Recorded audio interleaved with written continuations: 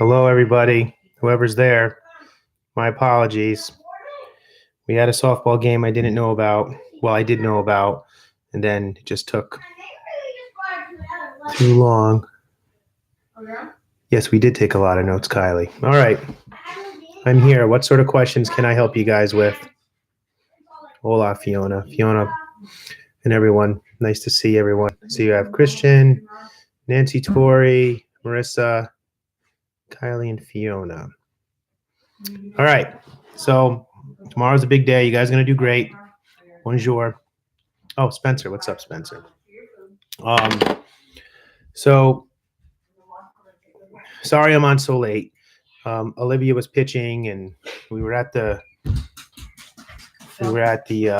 yeah. Sam wants to say something to the Oh, kids. come on in, kid. Good luck on your exam. You do great. They You can't. do great. No, they'll. You're gonna do great. You're gonna do You're that. Go gonna ahead. do Go up there. great. They can't. Go ahead. Go up there. They You're can't. gonna do They great can't on hear your you. exam. Look, everyone's saying thank you, Sam. See, right there.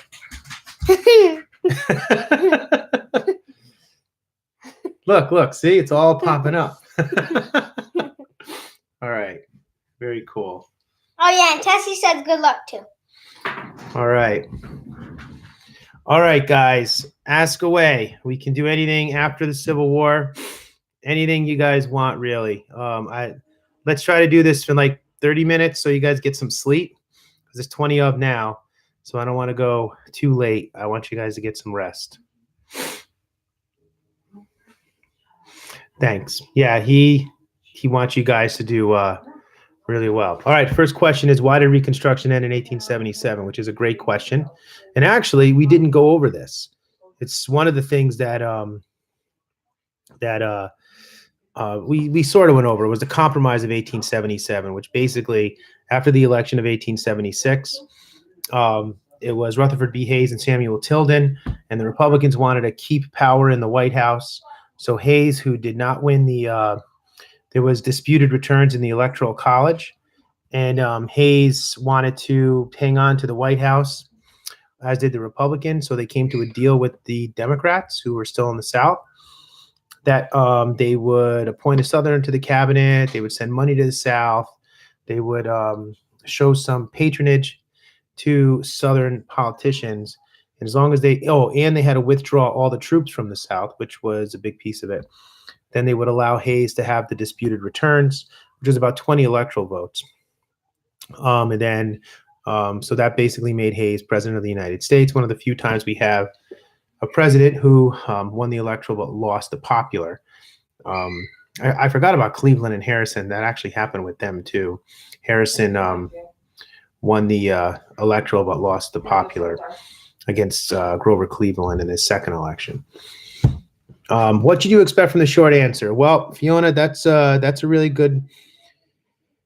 So short answers, I mean, we went over this in class a little bit, but I do think it's important to,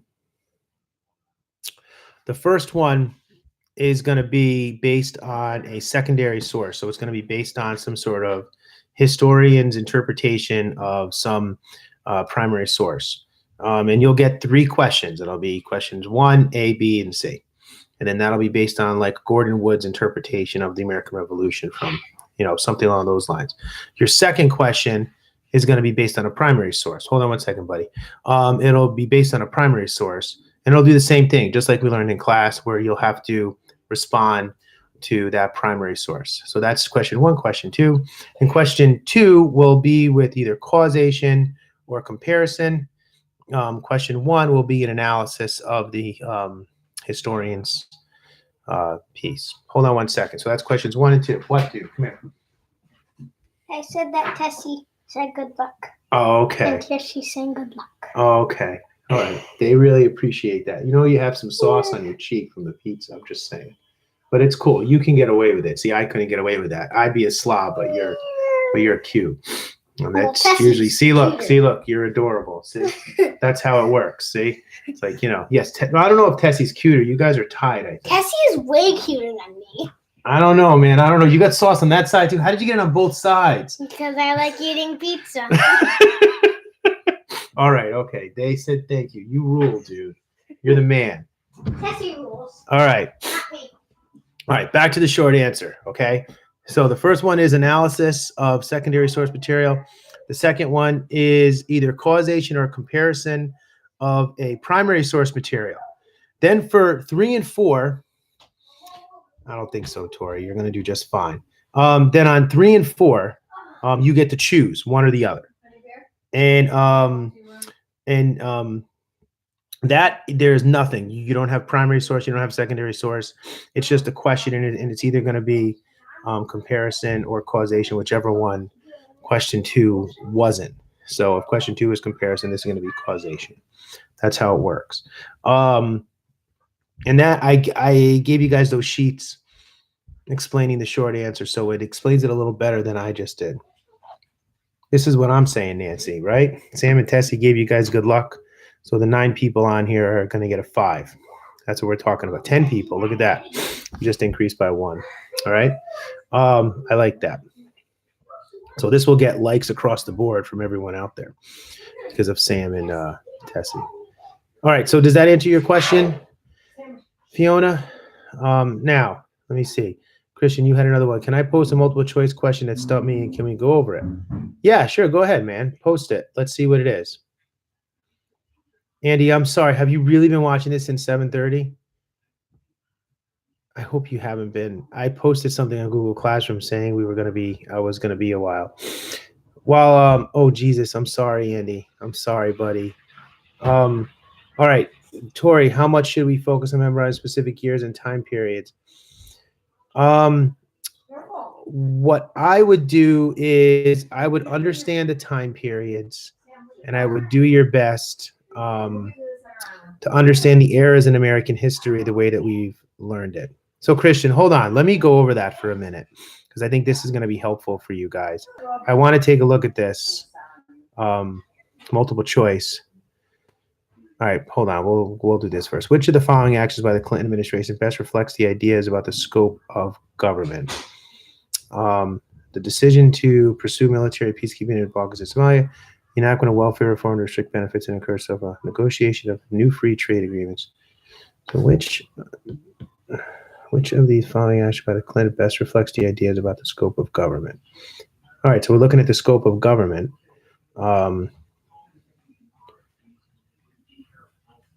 Oh, is it B?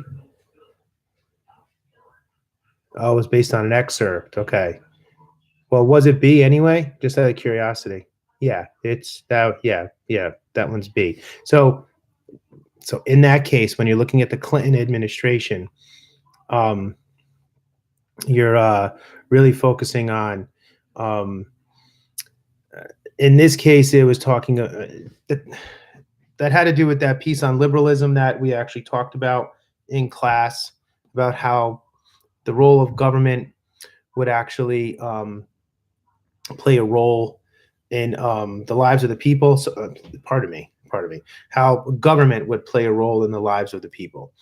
And what we're looking at there is the Clinton administration tried to expand the role of government, right? So they tried to expand the role of government. So when you look at all those answers there, and I didn't see the excerpt, but the decision to pursue military peacekeeping interventions in the Balkans and Somalia, well, that has to do with foreign policy. That's not the scope of government per se. We know B is right. So the negotiation of free trade agreements among North American countries, once again, foreign policy, and the effort to enact universal health care. D is a close second, but you want to go with B because welfare reform and was a really important thing under the Clinton years. So you'd have to know a little bit of the background. All right. I hope that answered your question. Now, how did the Second Great Awakening influence reform movements in the 19th century? And then Tori said, building off that question, how did the First and Second Great Awakenings differ and how were they similar? Oh, wow, these are good questions. So I don't know if we have enough time to do all this, but the Second Great Awakening, let's start there. The Second Great Awakening was how can I explain this in short? So it had to do with the religious revivalism, right? So let's talk about this notion of a religious revivalism. And the First Great Awakening had to do with that too. So they're similar in that sense. The major difference between the two is one happened during or when the First Great Awakening happened in the colonial period, and we were still trying to develop an American identity within these colonies, right? So the First Great Awakening was largely a part of our emergence as a separate nation from the British. So you can use the First Great Awakening when talking about the creation of an American identity and how that played a role. The Second Great Awakening happens a little later, after the Constitution, just after the early Republic period, in between the early Republic and the Civil War. And I like how you're asking whether or not it influenced reform movements, because then when you look at the reform movements of the late 19th century that uses the social gospel, now that's largely a piece of the Second Great Awakening there, because you see religious movements being affected, or religion being used as a way to promote change, and that actually bridges into the progressive era.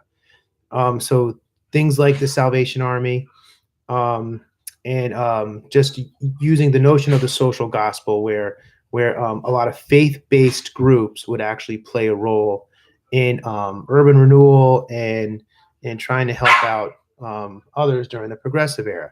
You can even take it a step further, actually, and look at foreign policy. So when you consider reform movements of the progressive era, that's where religion plays a role. But then when you start looking at foreign policy, there was a strong movement of Protestant missionaries going overseas and establishing relationships with other countries. And that's sort of outside of the box, but it is still a part of this period in American history. It started in the late 19th century, and a lot of those missionaries had children that would play a major role in government, and there's a ton of scholarship out there looking at that. And can you say that that's part of the Second Great Awakening? Probably not. But I mean, it depends. You might be able to make an arc from the Second Great Awakening into those reform movements and into foreign policy in the same way that you could make a connection between liberalism with the New Deal that goes to the Great Society, that goes to the Affordable Care Act, because it spans almost that same amount of time. So, and oftentimes the AP questions want you to have an arc like that. And when you start to see the major differences, like say in political parties and how that started to change in the 20th century, where a Democrat in 1980 means something different than a Democrat in 1880, right? So you can start to make those connections, and they want to see that a broad range and that broad arc in there, because they want you to make connections with other eras in American history, which kind of goes back to the other thing that I wanted to talk about. And I hope I answered your questions with regard to the First and Second Great Awakening. But when you start chunking this up, and they do a nice job with the concept outlines in the different periods, whether it be period 1, 2, 3, 4, and so forth, there's certain eras in American history. And Tori, to your point about memorizing dates, I think it was you who said it. Look, I'm of the opinion that you don't have to memorize specific dates as much as you have to understand eras. And so there's the colonial period, there's the revolutionary period, there's the early republic, the age of Jackson, the antebellum period, which is just prior to the Civil War. Then the Civil War gets its own period. The antebellum really spans from after the age of Jackson in the 1830s all the way into the 1850s. And I start the Civil War period with the 1850s that we talked about the other night. And then Reconstruction, and then you have the Gilded Age, and the Progressive Era moving into the 20th century. So you can start chunking it up that way, and that's how I would memorize it. I would try to understand how each of the periods are related, as opposed to trying to memorize exact dates. The dates help. The dates create markers for you in a certain level of context. But don't get caught up in the dates. You have to understand that Franklin Roosevelt was in the 1930s and Teddy Roosevelt was at the turn of the century. You need to know that. Well, actually, Franklin was 30s and 40s, but you don't need to know the exact date, all right? All right, so let me look over here. I'm seeing that's a good point. So here we go. When did the Republican Democratic parties become what they are today? For example, radical Republicans after the Civil War seem much closer to Democrats of today than Republicans. Yes, Christian, it is during Roosevelt and the New Deal. That's when you start seeing things flip, all right? So then Tori asked, can we go over major political parties throughout history? What they stood for and how they ended? No, that is a loaded question, but I like it. Can you talk about evolution of political parties, Democratic, Republicans here? All right, you want to do political parties? All right, hold on, I gotta get comfortable. Let me get a drink of water. All right, so political parties. Let's start with the Democratic, Republicans, and the Federalists, which we talked a little bit about the other night, but it's good to review. In a nutshell, Federalists were manufacturers, Alexander Hamilton, John Adams. They were pro-British. They believed in the banking system. They wanted to help out those that were, they wanted to, when you look at Hamilton's economic plan, it's a great example of that, where his plan was meant to invest the wealthy in the nation. And his philosophy was that if the wealthy were invested in the nation, then the nation would not fail. Thomas Jefferson, however, had a different idea, and he was a Democratic Republican along with James Madison.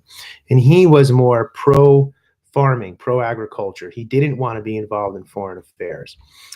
He believed that we needed to work with the French. So his philosophy was that everyone should be a farmer. We should have this agrarian utopia that would eventually be this great, great nation of all these small little pockets of this democratic ideal. And I often say to my students that if you were able to bring Alexander Hamilton and Thomas Jefferson back and bring them in the middle of Times Square to just look out, Alexander Hamilton would look at Thomas Jefferson and say, you lose, because Hamilton's vision is really the one that dominates. This whole notion of manufacturing and trade and globalization and all of that takes root within that 100 years after that first political party start, the first two political parties start, but it happens over time. And so that's where you start to see the relationship between political parties and big business, which eventually entrenches itself in the Gilded Age. But let's go a little further with that. So those two parties stay basically in power until the fall of the Federalists, which really happens after Adams is out of office. He has those midnight appointees, and the Federalists basically control the courts, and the Democratic Republicans control Congress and the presidency. Christian, so the creation of political parties, was it accidental? Sort of and not sort of. I mean, when you think about it, there's always debate, and there's always two different sides of the debate.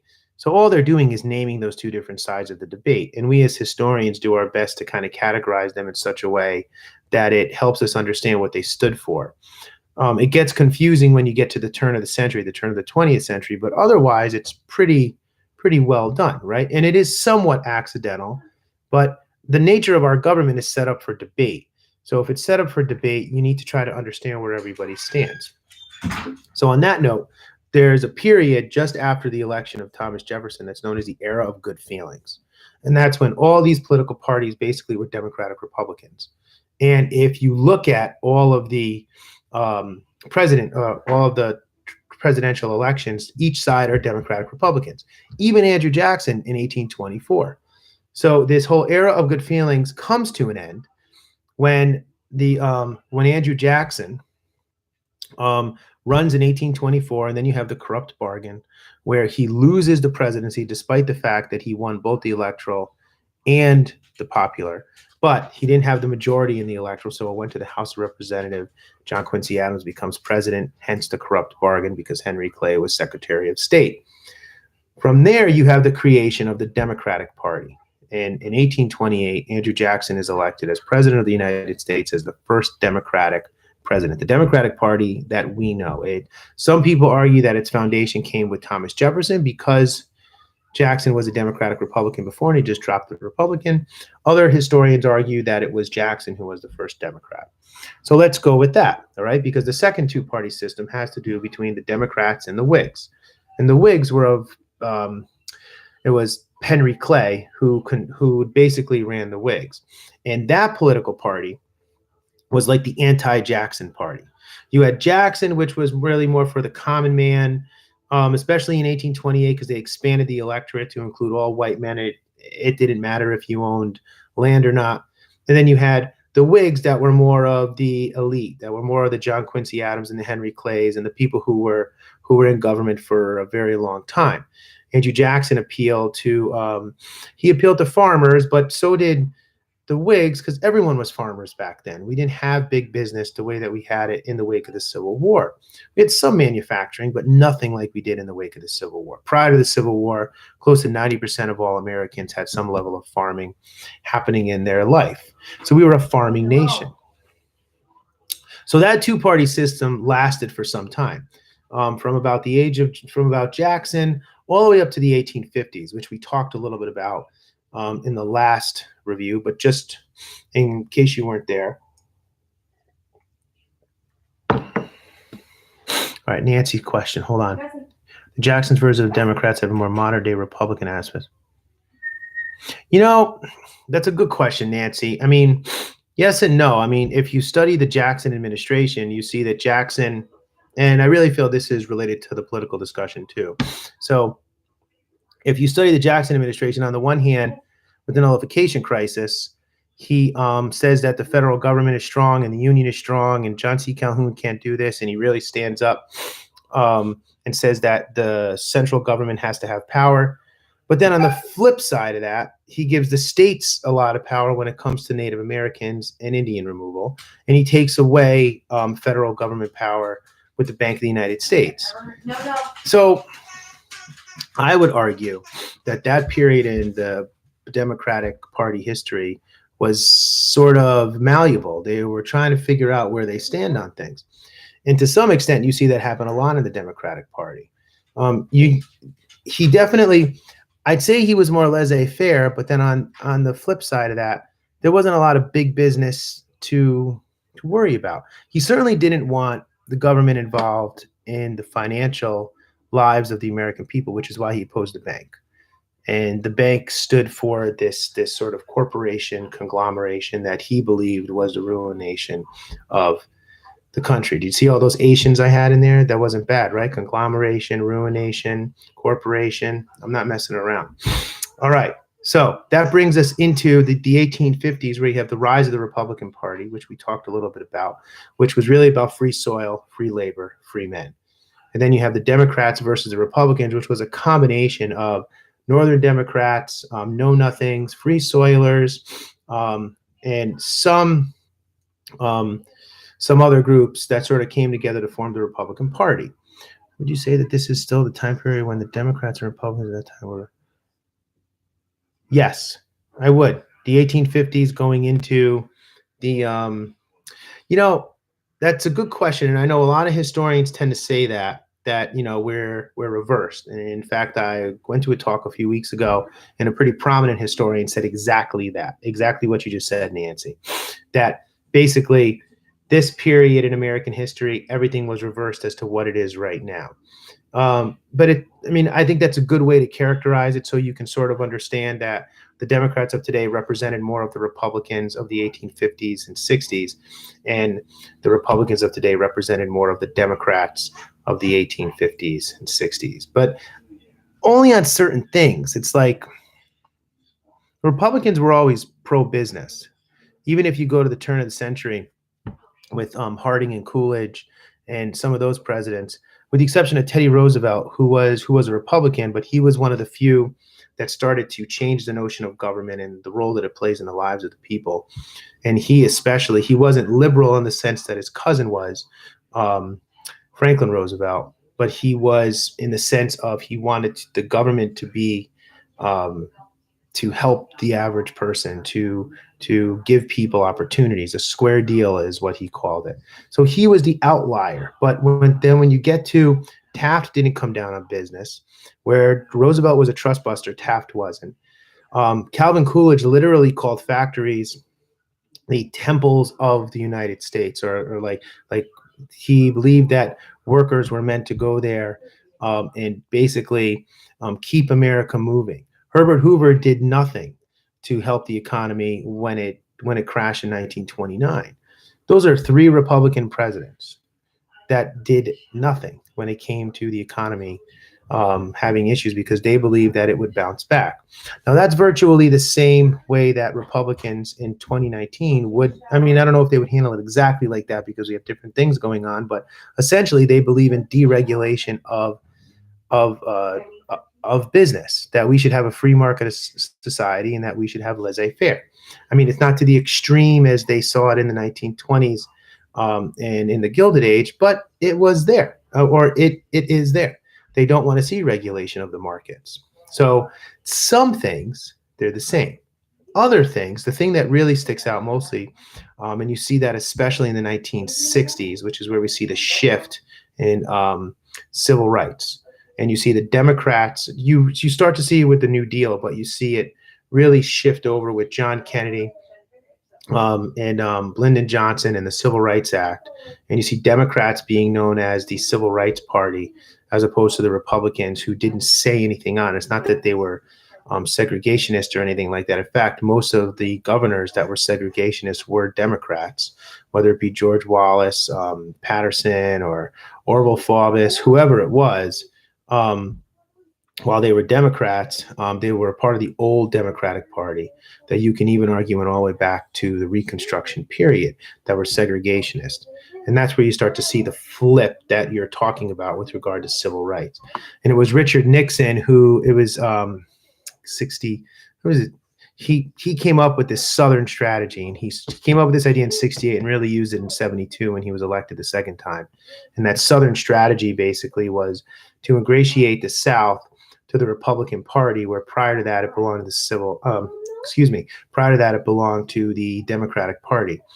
And when he did that, he moved the electoral map over to the Republican Party in the South, with the exception of the presidency of Jimmy Carter, which you see the South go over to Jimmy Carter because he was from the South. So that kind of explains a little bit about the political party, because the third two-party system would be Democrats and Republicans, and that starts in the 1850s. But as you all mentioned, those ideologies switch a little bit. And a lot of it has to do with the period that they're dealing with. So if you were to look at Teddy Roosevelt, who recognized that corporations were a problem to workers, he wanted to do something about it. He was addressing the issues of the period as president of the United States. In the same way that John F. Kennedy, who was a Democrat, didn't agree with the segregationists in the South, who were also Democrat. He supported civil rights legislation. So you start to see politics change based on the periods and the issues of the time. But some fundamental pieces stay the same, like that laissez-faire piece that I mentioned. You see more of a trend on that Republican and Democrat than you do for other things. I don't know if that answered your questions, but that's what I'm going with. So our political parties, the root. Hold on, let's see. There's a couple things here. Jackson, so would you say that this is still the time period? Oh, I already saw that one. Our political parties, the root cause of much of the animosity in the country. It seems like most problems stem from. You know what? I would say this. You're very welcome, guys. I would say this. I'd say that political parties. Oh, Amit, I like that question. Hold on one second on that one. I'd say that political parties, shaped the rhetoric that came from, that was in response to the different issues within the country at the time. So, and they did that because they wanted to get elected. They wanted votes. So political parties, with rare exceptions. So the rare exceptions, that's where you see these major pivots, because they feel that there's really no other way to address these issues, like in the case of John F. Kennedy, where he said, this is a moral issue. It's not a political issue anymore, when he talks about civil rights, or in the case of Teddy Roosevelt, like I just mentioned. And then that starts to create shifts in thinking. And then the country moves this way or that way, whether it be liberalism or whether it be conservatism. And so you see that shift happen again with Ronald Reagan. And Ronald Reagan, so just let me do this really quick, then I'll get to your question in a minute. the neocon movement that happens now, this is in period 9, okay? So the neoconservative movement, sort of this new conservative wave that happens under Ronald Reagan, is largely now his slogan was "Let's make America great again," and this was coming on the heels of the Vietnam War. Now, this is an important piece here. So, on the heels of the Vietnam War, a lot of Americans they weren't proud of what happened in Vietnam. There was a lot of, and what I mean by proud of what happened in Vietnam is how the war was seen overseas as something that wasn't very quote unquote American-like. So we were the leader in these ideals of democracy and freedom and so forth. And then the Vietnam War really caused some tension with our allies. We didn't treat our soldiers well either when they came home. So there was a lot of animosity between the American people and people who were fighting overseas. We've never seen anything like it in the history of the United States, which is why when we see Vietnam veterans, you're supposed to go up to them and say, "Thank you for your service and welcome home," which you should all do with Mr. Burns, who's amazing. And I think I'm going to have him in class next week to talk a little bit about his experience in Vietnam. I think, that would be an interesting way to sort of bring everything together. But Vietnam plays a role in this neoconservative movement because Reagan really shapes his message in such a way where people begin to feel better about themselves. And so in that case, you see politics begin to lean more right. And that's where you start to see a major polarization between liberalism and conservatism. And that's largely in response to dealing with a major issue like Vietnam, which is why when people say that other wars, like present day wars, are like Vietnam, nothing was like Vietnam. Vietnam did a great deal to change this nation. From 1961, well, if you look at America, 1961, 62, 63, then you look at it in 1975, it's like a totally different nation. And that's largely because of the Vietnam War and the debate that it brought up, the different movements that came from it, the anti-war demonstrations, and certainly some of the stuff that came out about the government, such as the Pentagon Papers, which we talked a little bit about this, the Pentagon Papers, the My Lai massacre, the Kent State massacre, all those things happened within a short period, within like a 2 or 3 year period. People lacked faith in government. And so when Reagan comes on the scene, they start to believe in government again. And not necessarily government doing things for them, because he started to deregulate, but they believed in this notion where that America can do these things overseas. And that's where you see the Cold War ratchet up again. And you see Reagan trying to move into the end of the Cold War by working with Gorbachev, who was the Russian leader, to try to end the Cold War and try to bring all of Eastern Europe back into Western Europe. And that's where you start to see all of that happen again. So now America's playing a large role in the world, and they're a leader to end the Cold War. So you see how that pendulum kind of shifts. We go from Vietnam, where we're not seen overseas very well, and then we go back over to being the country that sort of ushered in the end of the Cold War, which happened under Reagan's presidency and then was finalized under George Herbert Walker Bush's presidency, where the Berlin Wall fell in 1989, and then Eastern Europe basically broke up in 90, and then 91 you see the Soviet Union fall. And that all happened, it all came to a head under those two presidencies.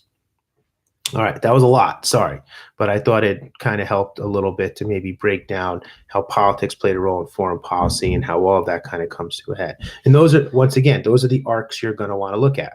You're going to want to look at, so how did Vietnam play a role in the neoconservative movement, and how do all that linked, is there a link between the neoconservative movement and foreign policy? Maybe, maybe not, but there's definitely a link between the end of the Cold War and the Vietnam War. And you can make that whole, you can make that connection. Watergate, actually, Andy, thank you. Watergate's another example of that, where when you look at America, the Pentagon Papers, My Lai massacre, Kent State, Watergate, all those things happen, and the American people were having a lack of confidence in our government. You having Nixon resigning, that lack of confidence played a role in setting up the Reagan years and certainly setting up America trying to do something big. So I like that. Yeah, that's a great point, Andy. That's exactly what I'm talking about. All right, Amit. Okay, how did the fear of communism and social climate affect the political nature of the United States? So that's a big one, man. It's certainly an important one. So the fear of communism, there's actually two waves of it, all right? One is bigger than the other. The first one came, thank you, Amit, I will. The first one came right after World War I. After the Bolshevik Revolution, we have a very short Red Scare where we start to deport anarchists. We start to really come down hard on people who we viewed as conspirators in some way. And the person who actually oversaw that, by the way, was a very young J. Edgar Hoover, who worked with what was his name? Palmer, the Attorney General. A. Mitchell Palmer was the Attorney General. And after an anarchist tried to blow up A. Mitchell Palmer's house, which right across the street was actually where Franklin Roosevelt lived, and he felt the blast, they went after all these Russians, anarchists, and so forth. And that was the first Red Scare, and then it stopped because a lot of people saw that just things weren't quite going the way that they wanted it to go, and that there was some violations of rights. So that was the first Red Scare. Not as significant as the second Red Scare. Now, the second Red Scare really created that climate that you're referring to there, Amit, where that second Red Scare is where you have Joe McCarthy. It's where you have the Rosenbergs and Alger Hiss. And there was a climate in this country where Joe McCarthy went after alleged communists, and despite the fact that he violated their civil rights, people still were okay with it because it was for the communist cause. In fact, Robert Kennedy worked with Joe McCarthy for 6 months. Just after he got out of law school, he went to work with him. His father, Joe Kennedy, was pretty close friends with McCarthy. In fact, Joe McCarthy dated one of the Kennedy sisters. And basically, when Bobby was working with Joe McCarthy, he saw, this guy's not doing any sort of research. He isn't doing anything, but he's going after all these people and he's hurting their names. But the climate at the time allowed him to do that. Bobby left, and he eventually went to work for the guy going against McCarthy because he didn't like what McCarthy was doing. But the reason I tell that story is McCarthy was basically able to do all these things because the climate was such that people didn't want to question him because they were so afraid of communism, and they were so afraid of this. So this is where Arthur Miller writes The Crucible, and I think all you guys read The Crucible in English. And The Crucible is largely not as much about the Salem witch trials as it is about the Red Scare in the 1950s. And Arthur Miller wrote that because a lot of his friends, the Hollywood 10, who were the movie producers and writers and directors, were being arrested and were going to prison. Well, weren't really being arrested. They were being blackballed, but they were being brought before the House of Un-American Activities. And so in that case, Arthur Miller wanted to demonstrate that what's going on in this country isn't that much different than what was going on in the Salem witch trials, which was clearly major hysteria. And clearly they went after people who were not witches and so forth. So all of that is related. So that whole climate plays a role in the Rosenbergs going to the electric chair, Alger Hiss being sent to prison for perjury because he was seen as being he was working with a spy, Whittaker Chambers.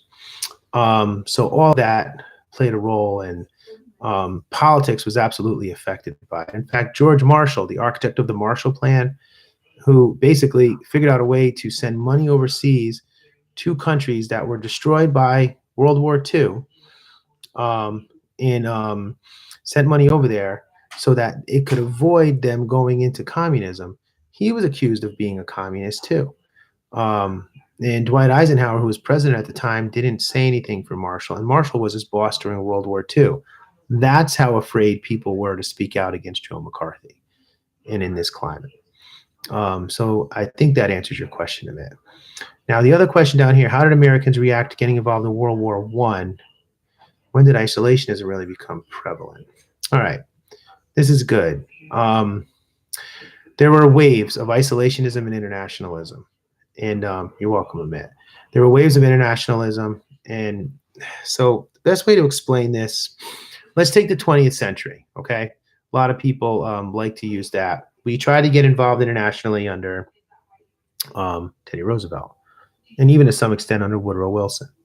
And then we send Americans to die in World War I. That's how people saw it. We sent Americans overseas to die instead of fighting for wars at home. That's the essence of isolationism, where we should stay at home and mind our own business as opposed to getting involved in wars overseas that we have nothing to do with. So you start to see a movement from being involved in world affairs to being less involved. There's a lot of myths about isolationism in the 1920s. The bottom line is we were involved in foreign markets in the 1920s, so we weren't completely isolationistic. Did we get involved in war? Not as much as we probably should have going into the 1930s. So that's where you see a wave of isolationism. And we didn't get involved in the stuff going on in World War II because of what happened in World War I. So we had neutrality acts that basically said you couldn't be on ships, you couldn't travel overseas, we couldn't have any sort of financial relationship with another nation because that would actually maybe bring us into another war. We wanted to stay away from all those things. We didn't get involved in the League of Nations. That's the biggest argument for isolationism, is that Congress refused to get involved in the League of Nations when the Treaty of Versailles was signed. So all those things point to a wave where we kind of go up internationalism, we dip down into isolationism until World War II. In World War II, we get involved slowly with cash and carry, Lend-Lease, the Atlantic Charter, saying that we want to end Nazism. And then we start to get involved by putting embargoes on the Japanese when they were in China. And then after World War II, we are in. We are all in when it comes to international relations. We consider ourselves one of the people to, or one of the nations to deal with major issues. Now, the American people after World War I, going back to your original question, they were very anti getting involved in anything. And so that goes back to how does the issues of the time and how do the feelings of the American population dictate how politics, how certain ideology emerges. And this is a great example of that, because it was right after World War I where you have a couple of things that really point to this. We really want to stay away from the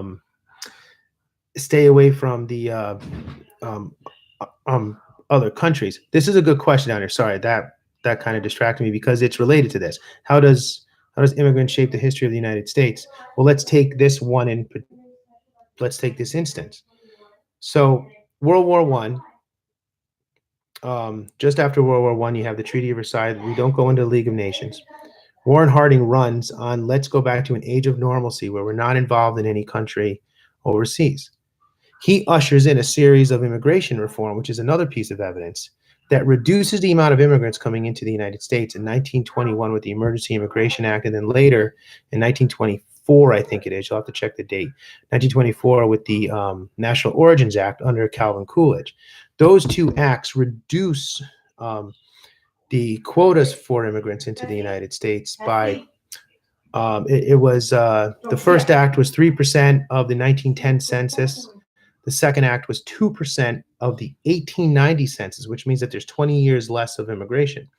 So that's strong evidence where the Congress passed these acts to reduce immigrants coming into the United States because we started to revert into a state of isolationism.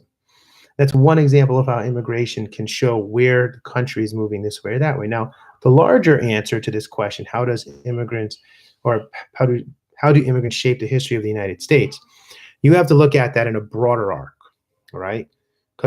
So first of all, You can argue, of course, that immigrants themselves, that we're all immigrants regardless, and Native Americans were the only true Americans, which is true, which is 100% true, by the way. Native Americans are the only true Americans. And I don't even know if they would be called Americans, to be perfectly frank, because that name itself is Eurocentric. It comes from Amerigo Vespucci. But let's go beyond that for a second, and let's get into the United States history and how all of this shaped over time. If you take all of the Europeans who came over here, and let's just focus on the English in the 13 colonies, and let's focus on the United States for a second, you're looking at two major waves of immigrants, one being the Irish and the Germans just before the Civil War, who were leaving Europe for various reasons, whether it be famine, whether it be religious issues, and they came to this country, and that's where you start to see the first wave of nativism coming into this country, because German and Irish immigrants start to populate a lot of the larger cities, and that's where you have the Know Nothing political party, which, by the way, is a part of the Know Nothing party, which was a nativist party, was a big part of the Republican Party of the 1850s. So this nativist sentiment was then at the core of the Republican Party, the first Republican Party of the 1850s. Now the Civil War happens. And by the way, the Irish were coming into the Civil War, and they were literally being told, if you enlist in this war, you could be citizen of the United States, and they would send Irish off to fight in war as they were being brought into New York. So immigrants played a huge role in the Civil War. There was an Irish brigade in the North and an Irish brigade in the South. And so the Irish kept coming in and a great deal of Irish came in mostly because the language barrier wasn't a huge issue for them, and they could all speak English. So that's where you see this huge wave, and they start to spend a lot of time in the urban areas, especially because that's where everyone came in, whether it be New York, Boston, Philadelphia. You see the cities begin to increase with immigrant population. But after the Civil War, you have the second wave of immigration, which we've spent a lot of time on in U.S. history last year. And that wave of immigration is mostly from Europe, mostly from Western Europe, some Eastern Europe. And this is where you have your Italians, your Polish, you have Jewish, you have a lot of different groups coming into the United States. And that's where you start to see the emergence of an ethnic, quote unquote, city, where you have Little Italy's, Chinatowns, you have all these different places along the both coasts, by the way, because there were Asian immigrants coming in on the West Coast, and there were European immigrants coming in on the East Coast. One through Angel Island, which is on the West Coast, the other one through Ellis Island on the East Coast. Each group's dealt with different types of discrimination, but overall, they contributed in various ways to building this country, like literally building it. Like it was immigrants that built those skyscrapers. It was immigrants that built the railroads, depending on which way you were coming from. The Chinese helped from the West. The Irish helped from the East. Immigrants built this country. And I think that's a great way to look at the early part of how immigrants played a role in this nation. Now, if you look at the 20th century, immigrants play a huge role in all the major wars, and they build on their time in this country over the last 120 years. So I don't know if that answers your question, but it's sort of in the ballpark, and I can go on about that. But I got a couple other questions up here, and I want to try to keep this within an hour because you guys need sleep. That's very, very, very important. So this not with the U.S. Okay, so wait, this goes back to the Cold War, I think, right? Because circling back a little bit here. Had this not happened, would the U.S. government today allow so many people to be executed based off of what? Oh, you're talking about the Rosenbergs, I think. You're welcome. No problem about the, yeah, it's my pleasure to talk about the immigration question. Oh, yes, Tori, go to bed, please. Taylor, sleep is not for the weak. You need sleep. I'm only going to stay on for another 5 minutes. But did the space race help intensify nuclear arms race in the Cold War? Kylie, your other question, had this not happened, would the U.S. government today allow so many people to be executed? No, I don't think they would allow that. Oh, I see what you're saying. If a climate like the Cold War, a climate where there was that going on, I think it does. This is a larger. This is a larger issue when you deal with the Cold War and when you're dealing with this massive hysteria. I would argue that we see it happen again. Probably, most definitely in the wake of the 9/11 attacks, where we saw a wave, not necessarily of hysteria, but certainly the climate in this nation changed a little bit on a lot of levels, having experienced it, having been through it, and seeing how we changed as a nation. You do see America. We've evolved a lot since then. So I see, you know, Kylie. So the U.S. has evolved from that in many ways, yet regressed in others. I completely agree. Where, 9/11, which is in period 9, you're basically looking at, I've never seen us in such solidarity after 9/11 in my entire life. So I was in my 20s when that happened. Everybody in this country was behind George W. Bush.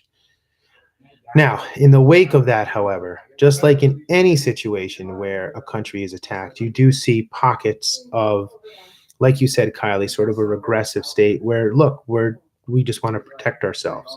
So people begin to think the worst of others. And then that's where you have this other climate beginning within the United States. And it's not, maybe it wasn't quite as bad as the 1950s, but it was different. It was something that I hadn't seen before. And I think historians still have yet to wrap our brains around what the implications of 9/11 and how that may have played a role in our relationships among each other. But I think that that's an important period to look at. Hold on one second.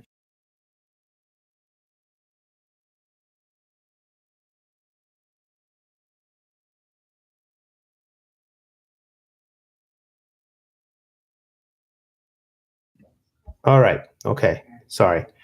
All right. So last thing, space race intensified nuclear arms race in the Cold War.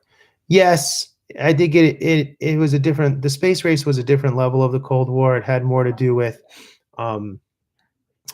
which country was better technologically. And I think that was really more about it. As for the nuclear arms race, that was sort of separate. They're related in the fact that they're both having to do with rocket science, or so. I mean, there's that there, but otherwise they were they're sort of related. But I would argue that the arms race is different than the space race, which was really more symbolic and science. I mean, they're both science related, but the arms race was about who has the biggest nuclear arsenal. That's how I saw it. All right. Any final questions? Because we're almost at an hour, and I want you guys to go to bed. It's 9:30. I'm going to play the dad. So any final questions? Those are all great questions. I hope I helped a little bit. So listen, those of you still on, I want you guys to just relax. At this point, you just need rest. Get some sleep. Make sure you eat something good in the morning, eggs, something with protein, because I'm going to give you sugar when you get to the school. I'm bringing all sorts of different donuts, whatever they'll give me. I'm just going to do a selection, and I'll have 4 dozen. All right. So yeah, good night, everyone. You guys are going to rock it tomorrow. All right. And rest easy. And don't read history. Dream about history. How about that? All right. I'll see you guys tomorrow. Have a nice night.